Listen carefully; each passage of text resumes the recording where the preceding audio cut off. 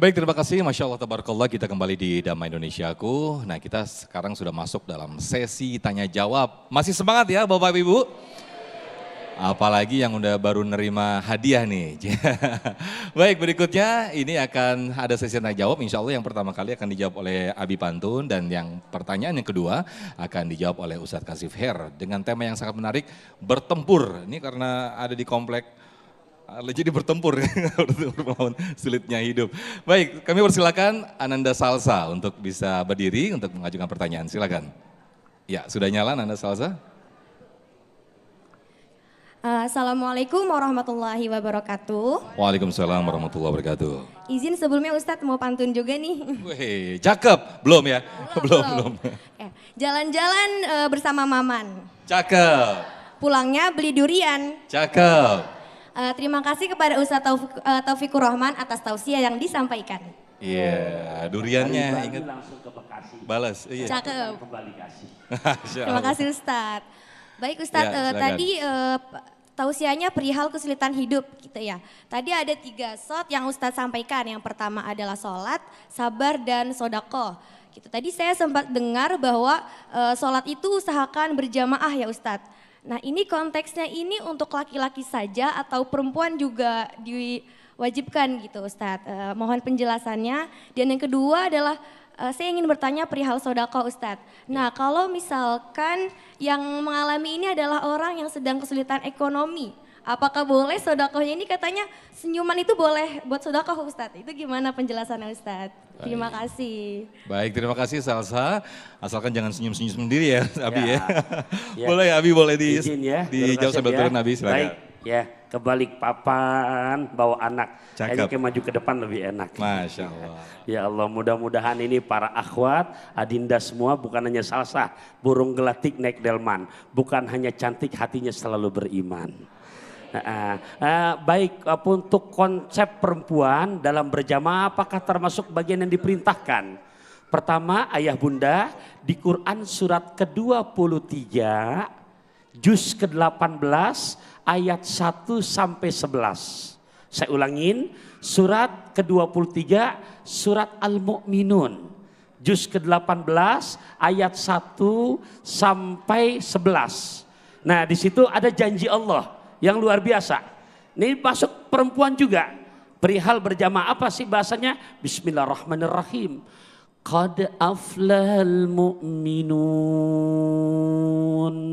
alladzina hum fi salatihim khashi'un walladzina hum 'anil lagwi mu'ridun walladzina hum lizzakati fa'ilun walladzina hum li furujihim hafidun illa ala azwajihim aw ma malakat aymanuhum fa innahum ghairu malumin faman ibtagha wara'a dzalika fa ulaika humul adun walladzina hum li amanatihim wa ahdihim ra'un walladzina hum ala salawatihim yuhafidun ulaika humul warithun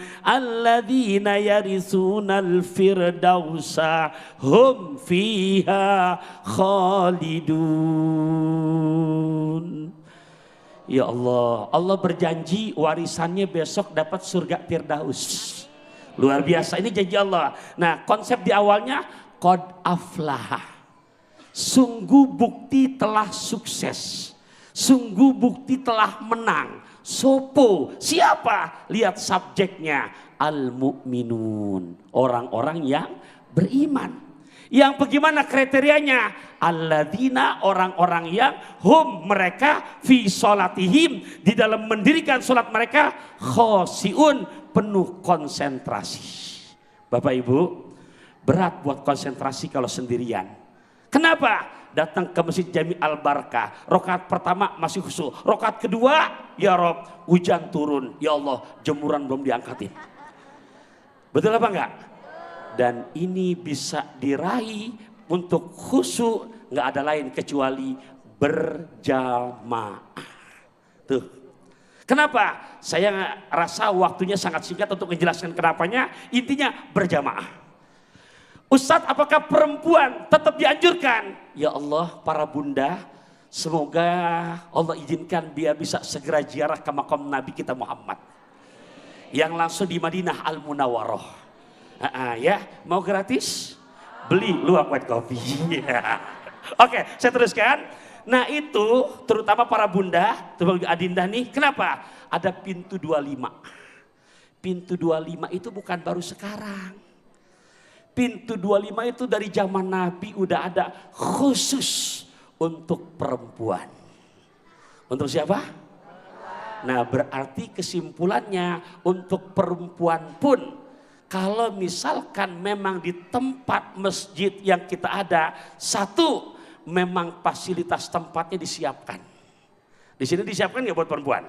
Disiapkan. Yang kedua, tidak menjadi fitnah, maka kategori berjamaah buat perempuan itu sangat dianjurkan. Jelas tuh? Kenapa? Karena adanya pintu 25 di Masjid Nabawi bukan ada baru sekarang. Itu udah ada di zaman Nabi, di mana para sahabat-sahabat Nabi mengajarkan untuk kaum akhwat pun ikut berjamaah. Satu, memang tempatnya disiapkan. Dua, tidak menjadi fitnah. Jelas tuh ya? Jelas tuh ya? Tuh, jadi bahasanya bisa menggempur menghadapi kesulitan hidup. Oh jelas. Saya mantun dulu boleh? Berpangku tangan, kaki dilipat. Naik kereta berbekal coklat. Ketenangan yang kita dapat di saat kita menjaga perintah sholat. Masya Allah. Untuk yang pertanyaan kedua, Abi, iya. Bagaimana dengan sedekah ketika? Sedekah. Iya. Ya, jadi sedekah Bapak Ibu rahimakumullah, di Quran surat kedua, juz kedua ayat 261.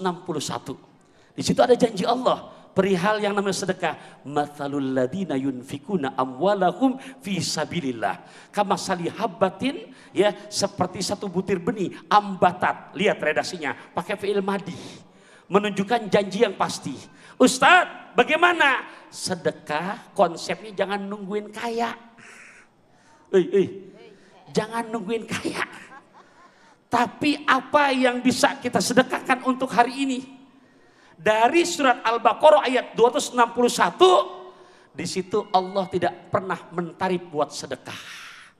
Tapi ingat, di saat kita praktekkan dengan sekemampuan kita, apalagi lagi sulit, tetap berani sedekah. Satu, janji Nabi, 2 malaikat begitu azan subuh udah nongkrong di pintu rumah kita. Di saat dia yang berbagi, mungkin standar anak-anak mahasiswi seharinya cuman baru bisa angka depan 1, nolnya ada 3, gambarnya rada hijau, lecek, bau amis, ada goloknya. Misalkan, jangan lihat kecilnya tapi berani berbaginya. Langsung dapat doa dari malaikat dari mulai adzan subuh tiba. Allahumma a'ti munfiqan khalafah. Ya Allah, berikan kepada hamba-Mu yang bersedekah ini ganti rugi yang berlimpah ruah. Masya Allah. Baik, luar biasa. Terima kasih Abi Pantun atas jawabannya.